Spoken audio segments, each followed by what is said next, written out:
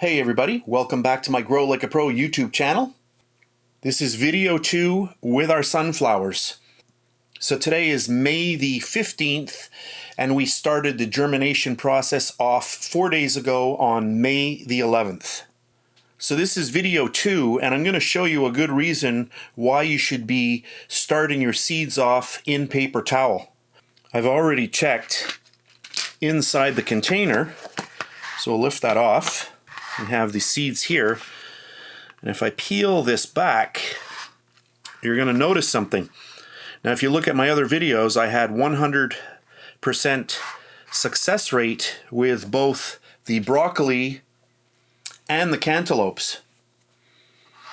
Now let's just get this here. Let's see, 1, 2, 3. So how many seeds do we have here? 1, 2, 3, 4, 5, 6, 7, 8, 9, 10, 11, 12, 13, 14, 15, 16 seeds.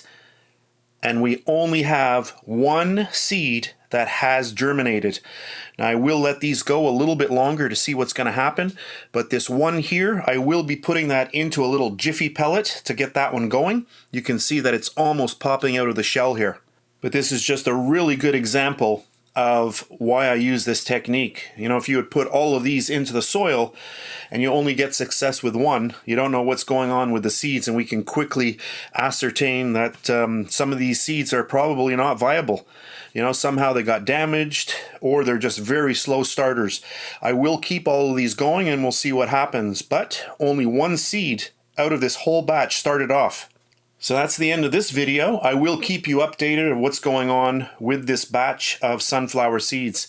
So that's it for today. I hope you enjoyed my video. If you want to watch others, I will put links in the description box below this video and also at the end of this video.